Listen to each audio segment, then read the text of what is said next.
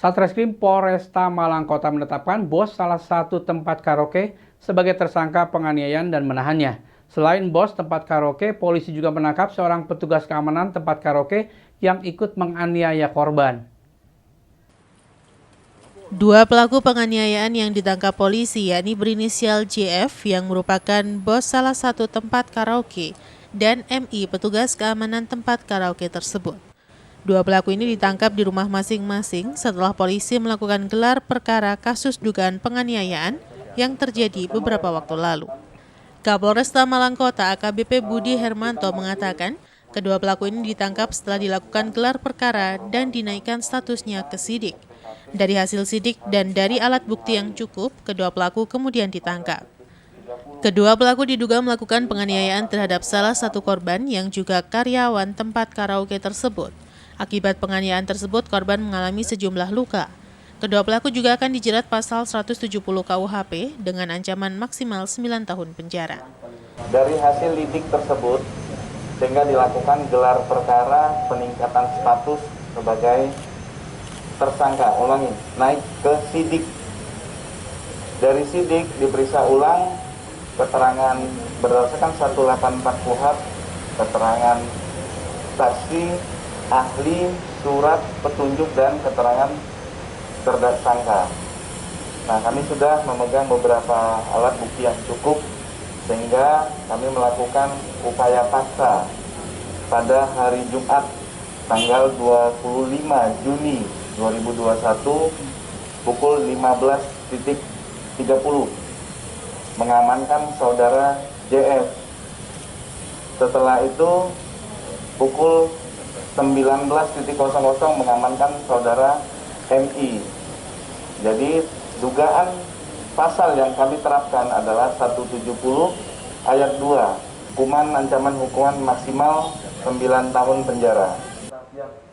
Sementara tertangkapnya bos tempat karaoke dan seorang petugas keamanan atas kasus dugaan penganiayaan diapresiasi oleh Wali Kota Malang Sutiaji. Wali Kota mengaku senang karena pelaku ditangkap dan terbukti polisi tidak pandang bulu dalam menegakkan hukum. Wali Kota juga menghimbau masyarakat untuk tidak melakukan aksi main hakim sendiri yang nantinya berakibat pada kasus hukum. Simon Alfredo melaporkan. Puluhan tenaga kesehatan yang tersebar di beberapa puskesmas dan dinas kesehatan di Kota Batu terkonfirmasi positif COVID-19 terus bertambah. Semula 31 orang hingga kini bertambah menjadi 45 orang tenaga kesehatan. Selain tenaga kesehatan, penyebaran COVID-19 juga terus melonjak, naik pekan ini menjadi 1.097 orang. Sebanyak 45 orang tenaga kesehatan dari 5 puskesmas dan dinas kesehatan Kota Batu terkonfirmasi positif COVID-19. Ke-45 tenaga kesehatan tersebut telah menjalani vaksin. Selain tenaga kesehatan, kasus COVID-19 melonjak naik juga terjadi pada warga masyarakat. Kenaikan dalam sepekan ini mencapai 1.000 lebih kasus COVID-19. Melonjaknya kasus COVID-19 pada tenaga kesehatan berawal dari seringnya kontak erat dengan warga masyarakat. Juru bicara COVID-19 Kota Batu membenarkan adanya lonjakan COVID-19 pada pekan ini. Dan lonjakan tidak hanya pada masyarakat umum, namun kelonjakan kasus COVID-19 juga terjadi pada tenaga kesehatan. Juru bicara menghimbau kepada seluruh masyarakat untuk tetap menerapkan protokol kesehatan dengan menjaga jarak dan menerapkan protokol kesehatan 5M. Sementara data warga masyarakat Kota Batu yang terkonfirmasi positif COVID-19 hingga kini mencapai 1.602 orang, aktif 53 orang, isolasi di shelter 230 orang, sembuh 1.403 orang, dan meninggal 147 orang. Sementara tenaga kesehatan 45 orang yang terkonfirmasi positif COVID-19 kini menjalani isolasi mandiri. Karena memang di seluruh Indonesia sebenarnya kejadian semacam ini, nakes yang mengalami terpapar COVID, karena memang di puskesmas kita itu semua melayani pasien yang terkonfirmasi COVID-19. Sehingga tidak menutup kemungkinan nakes kita juga akan terpapar. Dan selama ini di setiap puskesmas sebenarnya juga sudah dilakukan protokol kesehatan, pengecekan, tracking dan tracing juga sudah dilakukan. Namun mungkin lonjakan itu memang di luar dugaan kita, sehingga memang nakes yang terpapar itu bisa lebih banyak daripada yang sebelumnya. Yanto Yancung melaporkan. Memperingati Hari Anti Narkotika Internasional tahun 2021, Badan Narkotika Nasional Republik Indonesia mengusung tema nasional untuk HANI, yaitu Perang Melawan Narkoba di Era Pandemi COVID-19 menuju Indonesia Bersih Narkoba atau Bersinar. Di Kota Batu sendiri, peringatan HANI dilakukan lewat upacara virtual dan fokus pada penguatan Kampung Bersinar sebagai bentuk P4GN.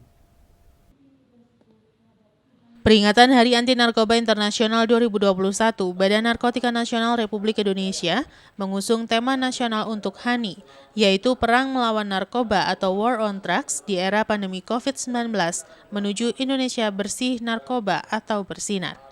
Di Kota Batu, peringatan dilakukan secara online dan dihadiri oleh Wali Kota Batu Dewanti Rumpoko, Kepala BNN Kota Batu Dr. Hajiah Agus Suryadewi MPD, Wakapolres Batu, Pabung Dandim 0818, perwakilan Kejaksaan, DPRD Kota Batu, serta sejumlah undangan lainnya yang dipusatkan di pendopo Rumah Dinas Wali Kota Batu. Kepala BNN Republik Indonesia Komjen Petrus Reinhard Golose dalam sambutannya mengatakan, sebagai bentuk sinergitas dengan menitik beratkan prekursor narkotika, program pencegahan, pemberantasan, penyalahgunaan, dan peredaran gelap narkoba atau P4GN, BNN melakukan beberapa langkah strategis dalam upaya perang melawan narkotika, yaitu melalui strategi soft power approach, berupa aktivitas pencegahan agar masyarakat memiliki ketahanan diri dan daya tangkal terhadap penyalahgunaan narkotika, serta penegakan hukum yang tegas dan terukur dalam menangani sindikat narkotika, serta penggunaan teknologi informasi di era digital dalam upaya penanggulangan narkotika, juga penggunaan teknologi untuk membantu pemberantasan penyalahgunaan narkoba. Kepala BNN Kota Batu menjelaskan peringatan HANI 2021 di Kota Batu lebih difokuskan pada pembentukan dan penguatan wilayah Kampung Bersinar. Meski sebelumnya sudah ada beberapa desa yang mendapat gelar Kampung Bersinar atau bersih dari narkoba, tahun ini BNN juga akan menguatkan fungsi Kampung Bersinar sebagai bentuk edukasi dan pencegahan di Desa Pendem dan juga Kelurahan Songgokerto, Kota Batu. Kenapa dicanangkan Desa Bersinar? Harapannya adalah seluruh masyarakat, baik desa, kelurahan, itu bergerak bersama-sama dalam memerangi narkoba. Maka slogannya adalah War on Drug. Itu artinya mengajak seluruh lapisan masyarakat, mengingat Indonesia sudah dalam kondisi darurat narkoba. Sementara itu, senada dengan pesan Wakil Presiden RI Ma'ruf Amin, Wali Kota Batu Dewanti Rumpoko mengatakan peringatan HANI menjadi momentum untuk bersinergi dengan semua lembaga dan elemen masyarakat untuk peran melawan narkoba. Perang melawan narkoba memerlukan sinergitas dan perlunya membangun kesadaran dan meningkatkan partisipasi masyarakat agar terhindar dari narkoba. Dewanti juga mengatakan akan menindak tegas ASN dan pegawai Pemkot Batu yang kedapatan menyalahgunakan apalagi mengedarkan narkotika. Pemerintah dengan BNN itu sangat bersinergi dan saling mendukung dalam hal untuk bisa memberantas narkoba.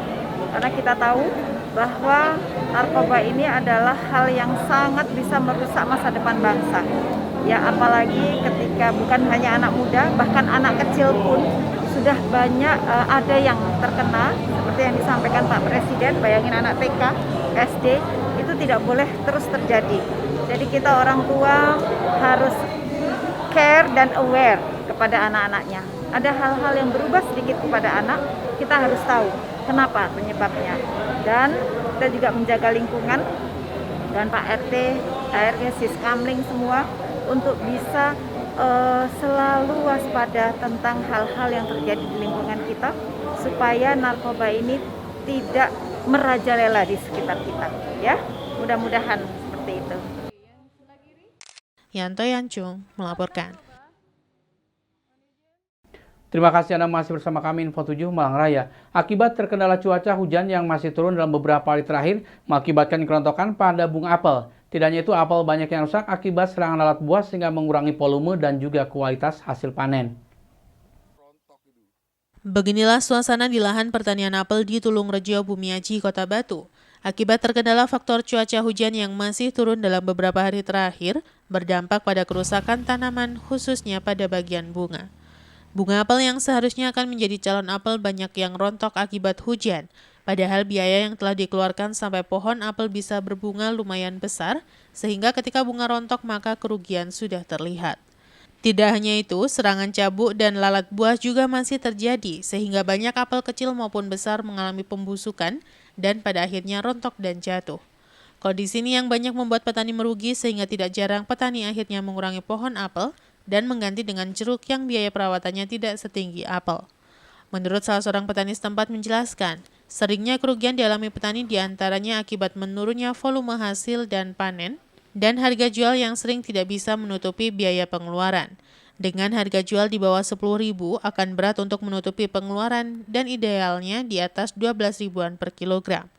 Di lokasi terlihat bunga apel yang baru mekar banyak yang mulai berwarna kecoklatan dan akhirnya rontok, sehingga tidak bisa menjadi bakal buah apel dan menunggu musim berikutnya. Rusak, Pak. Ya rusak karena cuaca ini. Iya. Harga udah turun. Berapa sekarang harga?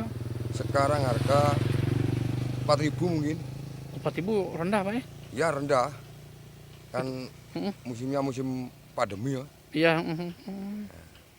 Cari buat cari obatnya aja ada enggak? Agak sulit lah ya. Enggak sulit. Pak, Ya. kalau yang rusaknya seperti apa nih apelnya?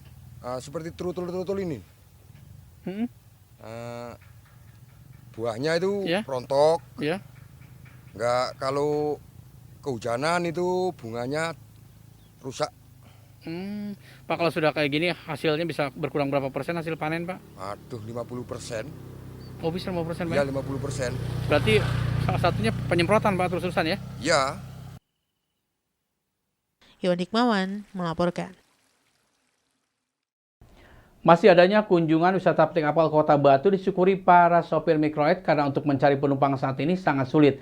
Para pelaku usaha petik apel khawatir dengan maraknya pemberitaan di medsos terkait peningkatan COVID-19 akan berdampak pada semakin turunnya kunjungan. Para sopir mikrolet masih terus terdampak dengan pandemi COVID-19, di mana jumlah penumpang yang semakin berkurang akibat warga mengurangi untuk kegiatan bepergian atau mengurangi mobilitas. Hal ini sangat dirasakan oleh para sopir mikrolet, salah satunya jurusan Batu Selekta, yang sudah sangat sulit untuk mendapatkan penumpang setiap harinya. Untung saja kunjungan wisata petik apel masih ada di tengah pandemi COVID-19, sehingga ada tambahan sedikit untuk pemasukan dari kunjungan wisata tersebut. Hanya saja karena maraknya pemberitaan peningkatan penyebaran COVID-19 di Jawa Timur dan juga Malang Raya, para pelaku jasa usaha wisata dan para sopir khawatir jumlah kunjungan akan semakin menurun. Menurut salah seorang petugas loket di rest area petik apel Sidomulyo menjelaskan, walau tidak ada peningkatan, tetapi tetap ada kunjungan untuk hari Sabtu dan Minggu, walaupun tidak sebanyak pada kondisi normal. Di lokasi rest area Sidomulyo, sejak pagi sudah ada 4 bus kunjungan petik apel ke kawasan Bumiaji, Kota Batu, dengan penumpang satu bus antara 30-an penumpang dengan tiket per orang sebesar Rp25.000. Penumpang di terminal enggak ada, Mas. Iya. Antri dapat 2, 1. Iya. Tapi kalau sudah ada petik apel gini gimana? Ya itu agak lumayan lah sedikit. Lumayan sedikit Pak ya? Daripada enggak ada sama sekali itu. Pak, sebetulnya banyak warga masyarakat yang nggak keluar tuh gimana ya Pak? Orang ke Batu jarang-jarang, Mas. Iya. Ya, orang ke Batu jarang yang keluar berita COVID ini. Iya. Jadi masyarakat khawatir Pak ya? Iya. Banyak masyarakat yang ketakutan lah istilahnya. Ketakutan Pak ya? Iya. Iwan Hikmawan melaporkan. Terima kasih Anda masih bersama kami Info 7 Malang Raya. Sempat terdampak karena diberhentikan dari tempat bekerja akibat pandemi COVID-19, sejumlah pemuda di Kelurahan Bakalan Kerajaan Sukun Kota Malang sukses bangkit di tengah pandemi dengan membudidayakan ikan nila. Para pemuda ini memberdayakan warga setempat untuk ikut membudidayakan ikan nila. Selalu ada jalan bagi mereka yang mau berusaha, seperti yang dilakukan oleh sekelompok pemuda di Kelurahan Bakalan Kerajaan Sukun Kota Malang. Sempat terdampak pandemi COVID-19 karena diberhentikan dari tempat kerjanya, mereka mampu bangkit dan berhasil membudidayakan ikan nila merah dengan cara bioflok.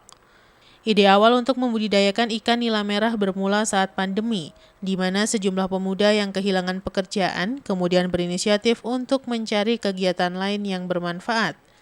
Melihat ada lahan kolam kosong, kemudian tertarik untuk memanfaatkan memelihara ikan.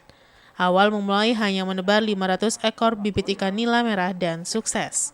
Setelah sukses membudidayakan 500 bibit ikan nila, para pemuda tersebut kemudian mendapat tambahan bibit menjadi 1.000 ekor. Atas keberhasilan tersebut, para pemuda kemudian mengajak warga sekitar untuk memulai budidaya ikan nila merah menggunakan bioflok dan menjadikan kampung mereka sebagai kampung nila selilir. Hingga saat ini total warga yang membudidayakan ikan nila merah dengan sistem bioflok sebanyak 37 warga dengan jumlah kolam 58 kolam. Masing-masing kolam menampung jumlah yang berbeda bergantung pada diameter kolam. Untuk kolam berdiameter 2 meter mampu menampung hingga 350 ekor. Kemudian untuk kolam berdiameter 3 meter bisa menampung 700 hingga 900 ekor. Sementara untuk kolam berdiameter 4 meter bisa menampung antara 1.200 hingga 2.000 ekor. Sementara hasil panen ikan oleh warga dipasarkan sendiri. Mereka memanfaatkan platform media sosial untuk bisa menjual langsung ke pembeli ketimbang menjual ke tengkulak. Kita mencoba untuk mengaplikasikan ke warga. Cuman di warga sedikit ada kendala karena kalau memang sistem kita pakai kolam beton, itu ada penggalian tanah, ada pembangunan kolam, situ warga keberatan. Maksudnya sangat berat untuk biayanya. Akhirnya kita coba mencari solusi memakai kolam terpal. Nah, kolam terpal sistem yang cocok yaitu sistem bioflok yang sekarang ini kita lakukan. Simon Alfredo melaporkan.